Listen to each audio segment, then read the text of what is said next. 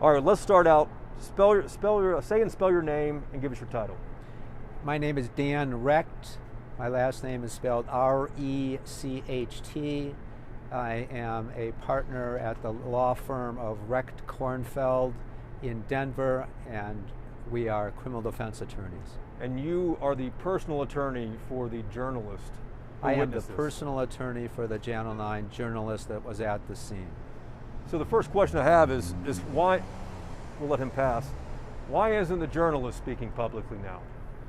The journalist is not speaking publicly. My client is not speaking publicly because, frankly, he's concerned about his personal welfare.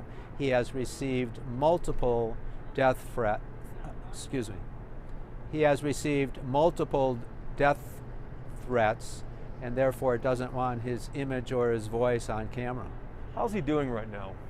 This is a difficult time for him. I mean, he watched somebody get shot and killed, and is dealing with the police and a homicide investigation, and it is difficult emotionally. On the video that he captured, there's a voice that's heard where he says, someone's going to say I'm going to F you up. Did your client know who said that? He does know who said that, and the person that said it directly to him, the journalist, is the person who became the victim of the shooting. So he had not been shot yet. When he said that, he was approaching the journalist, and the journalist was in fear for his safety. Can you describe your client's recollection of what happened, how it all unfolded? I can give you a summary of that, sure. I mean, he was at the scene with a security guard. Let me start over. He was at the scene with a security guard. They have security guards for good reason. His life and that of his partner has been threatened in the past. And so they went with the security guard. They were all plain clothes. He wasn't indicating in any way that he was pressed, nor was the security guard indicating that he was a security guard.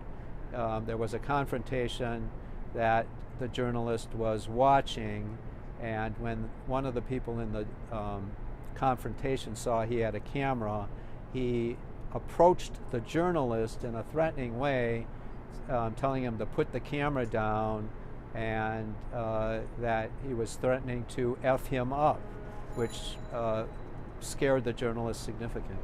And that's, to make sure I understand, is that when the security guard stepped in, to your client's understanding? That is exactly when the security guard stepped in, after who became the victim threatened the journalist. Does your client have any idea why he might have been targeted just because he had a camera? It was solely the camera. I mean, he clearly had a camera out. The victim didn't know, I don't think, that he was a journalist. It was just somebody with a camera, and he didn't like being photographed. And just for clarity, Dan, did your client feel that he was threatened out there? His life was threatened? My client, the journalist, clearly felt threatened, yes. And it was because of the threatening statements of the person that became the victim. Did your client know that, we'll let this golf cart pass us from, they're going down the street, never mind. Did your client know that the security guard had a firearm?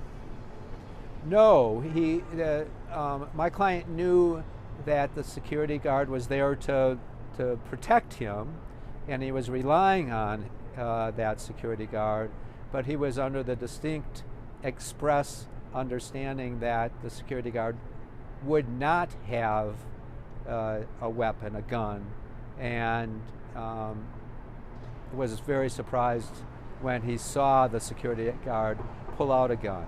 He did know that the security guard had mace, but never knew until the moment the security guard pulled it out that he had a gun on him. You just run through here too. Can you describe roughly the police interview, kind of what happened today? Sure. My client, the journalist, and Channel 9 have been exceedingly cooperative with the police, have supplied them with the video, And just today, a short while ago, I went with my client to the police department, and he was interviewed by 2 homicide detectives about what exactly happened. It was a long interview, and the journalist answered all of the questions without exception as honestly as he could, because he was being honest. And to be clear too, Dan, your client was interviewed as a witness and he left as a witness. Absolutely. My client is a witness to a tragedy, a homicide, and was interviewed in that capacity. He has not been charged. He's, according to the police, not under investigation. He's not the target of any investigation. He's simply a witness that was there. Dan, what else can you think of that we haven't asked you you'd like to add or point out about what your client witnessed, how he's doing, what might happen legally from here? I'm going to put my head down for a second. All right.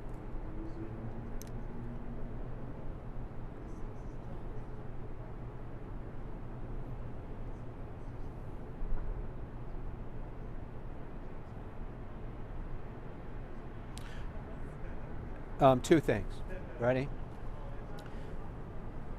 After the journalist was threatened by who became the victim, he felt protected by the security guard that stepped in to keep any physical confrontation from occurring between the journalist and the person threatening him.